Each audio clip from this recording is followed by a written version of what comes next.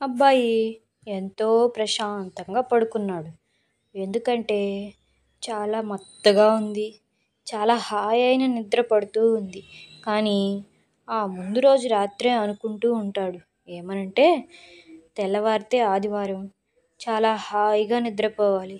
ఎవరు లేపినా లెగవకూడదు అనుకుంటూ ఎంతో తనతో తానే మాట్లాడుకుంటూ ప్రశాంతంగా పడుకోవాలి. నన్నెవ్వరూ లేపొద్దు అనుకుంటూ ఉండగానే తెల్లవారితే ఆదివారం అయింది.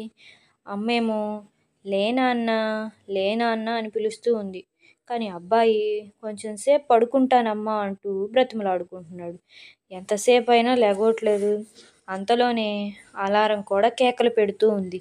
అబ్బాయి లేచినా కానీ లెగవలేక మరలా పడుకుండిపోతున్నాడు. మళ్ళీ పడుకుంటున్నాడు, లెగుస్తున్నాడు.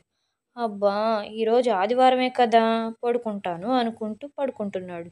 మళ్ళా అమ్మ పిలుస్తునేసరికి ఆవులింతలతోటి లెగుస్తూ కళ్ళు మూసుకుంటూ మళ్ళా అమ్మ వచ్చేలోపుకి నటిస్తూ ఉన్నాడు. అమ్మ వచ్చి లే నాన్న ఇంత లేజీగా ఉంటే ఎలాగా? ఈరోజు ఆదివారమే కరెక్టే. రోజుటి కంటే నువ్వు ఎక్కువసేపే పడుకున్నావు కదా నాన్న, ఇంత లేజీగా ఉంటే ఎలా? లెగువమ్మా, లేచి వర్కౌట్సో ఎక్సర్సైజెసో ఏదో ఒకటి చేసుకోవాలి.